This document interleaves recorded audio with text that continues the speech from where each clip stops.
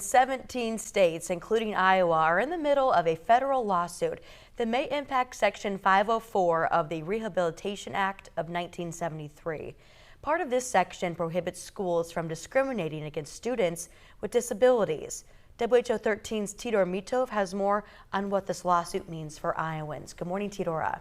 Yeah, Kaylin, good morning. This is the Texas v. Becerra lawsuit where 17 states are suing the federal government, specifically the former U.S. Secretary of Health and Human Services, Xavier Becerra, for adding gender dysphoria to the definition of disability under Section 504.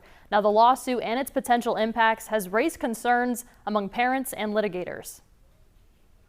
Kids like my son, who is now out of school, but at the time that he was in school, he was able to have a 504 plan that allowed him extra time to be able to take tests. Parents across Iowa, like Amber Gustafson, are voicing concern over Attorney General Brenna Bird's decision to join the Texas v. Becerra lawsuit. I really kind of look at 504 as something that levels the playing field. It brings kids up to a place where they are able to, for the most part, be able to participate in a mainstream classroom. Gustafson and other parents are worried the lawsuit will get rid of 504 plans for all children and not just go after the transgender mandate added to the preamble under the Biden-Harris administration. I am being given a police escort up to the Attorney General's office to deliver this stack of letters from... She and 14 other parents went to Bird's office last week to hand her letters asking for clarity on the lawsuit. Please make sure she gets them. Oh, absolutely. Thank you. Right away. The Attorney General's office released this statement to WHO 13 News that same day, saying, quote, "No one's 504 plan is being changed or removed. Attorney General Byrd is glad to protect 504 as it was originally intended by stopping the Biden-Harris administration's illegal attempts to distort school accommodations and sexualize kids." However, an education attorney in Des Moines says otherwise. I want to be really clear. This is an attack on disabled students. It is. And to say that it's not is not true.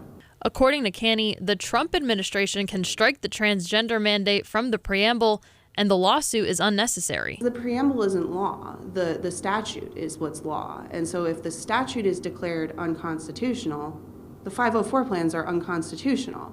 So for Brenna Bird's office to come out and say, no, we want to maintain 504s, this isn't about that, that's just not true. Turn to page 37 of the lawsuit where they specifically say, hey, court, we want this section of our federal code to be declared unconstitutional. Canny says the lawsuit can have a negative impact on students with disabilities across the country. As an attorney who represents disabled students in this context, I can tell you that I have never represented a trans student or a student with gender dysphoria. Not that I wouldn't, it just hasn't happened yet. And that goes to show that is such a small percentage of what we are talking about here. The majority of students we're talking about are people on the autism spectrum, Down syndrome, just behavioral difficulties, or medical disabilities. While the lawsuit was suspended due to a change in presidential administration, there will be a hearing on February 25th to determine what will happen next with the lawsuit. But until then, concerned parents continue to send mail. We're writing letters. I picked up some letters from some neighbors and friends.